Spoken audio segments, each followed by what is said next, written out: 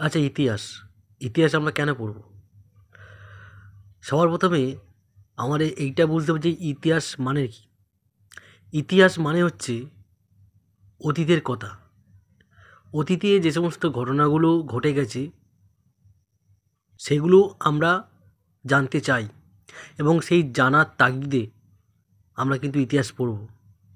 আমরা সেই সমস্ত ঘটনাগুলো জানতে চাই যেগুলো আজ থেকে ১০০ বছর, ২০০ বছর, ৫০০ বছর, ১০০০ বছর, ১,০০,০০০ বছর আগে যে সমস্ত ঘটেছে। সেই সমস্ত ঘটনা ঘটার পেছনে কী কারণ ছিল এবং ওই সমস্ত ঘটনা যে ঘটেছিল সেই সমস্ত ঘটনায় কারা কারা অংশ নিয়েছিল, মানে কারা কারা ছিল, আমরা সেই সমস্ত জানতে চাই। আমরা জানতে চাই একজন রাজা সে কীভাবে তার রাজ্যে শাসন করত।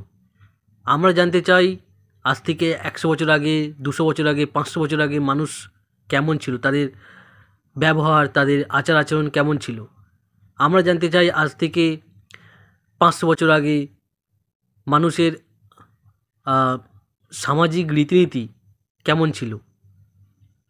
তো এই সমস্ত জিনিস আমরা জানতে চাই।